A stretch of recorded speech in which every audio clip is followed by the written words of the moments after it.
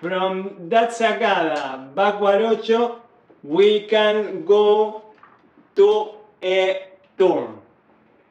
So this turn will be from the sacada going clockwise direction.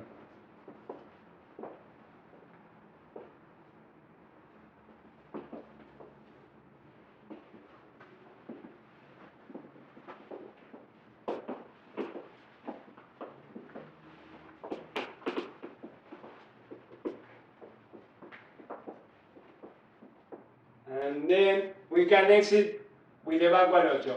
After the sacada, the follower does backside forward. You can count that movement as the fast pace walking, the quick, slow.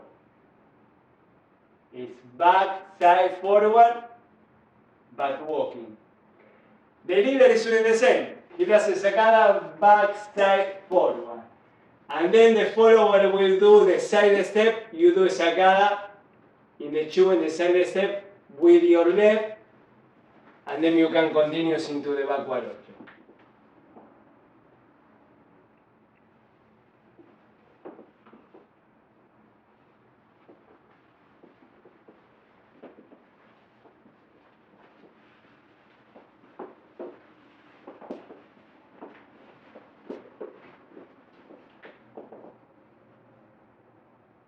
After the sacada, we both are doing back, side, forward.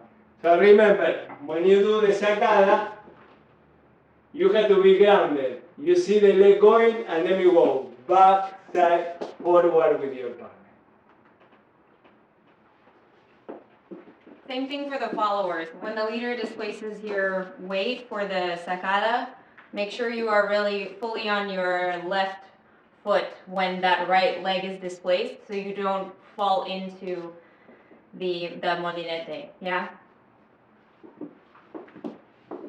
Let's try.